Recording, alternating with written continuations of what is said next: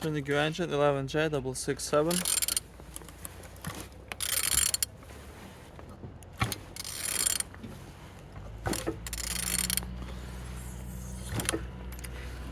Turning good.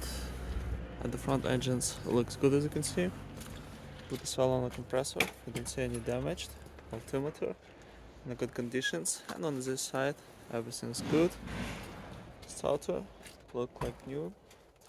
Gearbox look nice without any damage. And on this side everything's good. Engine turbo, not broken. Turbo turn. On the top, plastics cover, looking nice.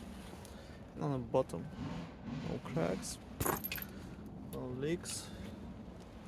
And turning your engine 11J667.